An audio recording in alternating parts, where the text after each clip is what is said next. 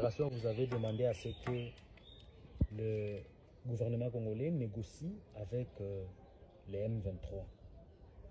Pourquoi? Qu'est-ce qui vous a motivé ou qu'est-ce qui vous motive à demander une négociation avec les M23?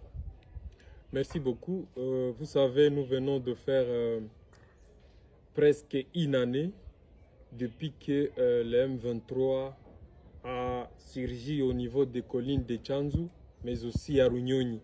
Ils ont réussi à descendre jusqu'à Bunagana. Vous savez ce qui s'est passé dans les territoires de Rutshuru, ce qui s'est passé au territoire de Nyiragongo, ce qui se passe au niveau du territoire de Massissi. Nous apprenons aujourd'hui que ça qui est aussi menacé, ça veut dire que la situation ne tient pas. Voilà pourquoi nous avons dit qu'il est très urgent que les gouvernements nous disent clairement ce qui ne va pas. Parce que même un enfant qui vient de naître aujourd'hui comprend qu'il y a un problème. De Runyoni jusqu'à Rubaya et arriver presque à Sake, ça veut dire qu'il y a un problème et que nous devons nous dire certaines vérités. Et nous disons qu'il y a déjà une faiblesse. Sur le plan diplomatique, c'est un échec puissant. Sur le plan militaire, c'est aussi un échec. Et ce que nous pensons qui peut rester aujourd'hui, pour que nous puissions sauver ce qui peut l'être, nous croyons qu'on peut maintenant aller sur la sphère politique. La sphère politique, ça veut dire nous devons voir à ce moment ici, donc à court terme, si on peut négocier avec les Congolais qui sont au niveau du M23. Vous savez, il y a un problème sérieux. Nous ne devons pas nous cacher que sur tous les plans nous avons échoué. Le régime Tshisekedi a échoué et l'armée est en train d'échouer et la diplomatie a échoué. On fait des déclarations midi, matin, soir, ça qui n'y est pas. Des solutions, nous disons non, on ne doit pas rester et bouche bée. Vous voyez, Bunagana, de Bunagana à Rubaya, ça montre clairement qu'il y a un échec.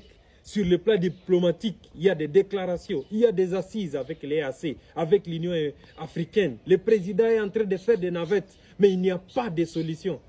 Le gouvernement a traité les M23 des terroristes. Mais dans toutes les déclarations signées à l'extérieur, vous ne voyez jamais parler de ces mots-là. Ces mots-là se limitent seulement aux médias au niveau de la RDC. Et nous disons que ça, c'est aussi un échec.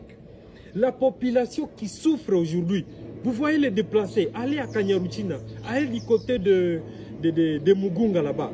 Les gens sont en train de souffrir terriblement et il n'y a pas de solution. Il y a un problème, on sait, de nos services de sécurité et on ne doit pas se voiler la face. Pour le moment, c'est déjà très clair que nous n'allons pas réussir sur le plan militaire. Voilà pourquoi nous disons que nous devons essayer avec la sphère politique, les négociations. Ouvrez directement les négociations et le gouvernement doit nous dire que veut le M23 concrètement. Le M23 veut quoi? On est en train de tuer les gens sont en train de mourir tous les jours. Aujourd'hui, l'économie de la province est par terre. La route Goma-Butembo bloquée. J'étais ici avec les chauffeurs de Butembo et Beni qui sont ici à Goma. Ils sont bloqués, ils ne savent pas quoi faire. Ils n'ont même pas à manger. Ils ne savent pas comment dormir. Ils sont bloqués ici. La route Massissi et Walikale, bloquée aujourd'hui. Maintenant, la province va servir comment? Et on n'a pas un espoir que d'ici une semaine, 2 mois ou 3 mois, la situation va s'arranger. Non, il n'y a pas espoir parce qu'il y a déjà une année, depuis Bunagana à Rubaya, je vous dis, il n'y a rien d'avancé. Il n'y a aucun village que notre armée a récupéré demain de M23. Aucun, je dis. De Bunagana jusqu'à Rubaya. Et nous allons continuer jusqu'à quand? Voilà pourquoi nous disons que nous devons nous dire certaines vérités. Le régime Tshisekedi a lamentablement échoué sur tous les points. Malheureusement aussi de la défense du pays. Donc nous risquons de ne plus exister, attaquer le pays. Voilà pourquoi nous disons, essayons de voir si on peut sauver le pays qui est là. Le pays qu'on peut sauver, qu'on puisse voir si on peut le sauver aujourd'hui. Voilà pourquoi de ma déclaration de ce matin, nous disons encore mes compassions à toute la population, restons forts. Il y aura un moment où nous aurons des autorités qui seront capables de nous doter des institutions fortes, capables de défendre le pays dans toute son intégralité. Merci.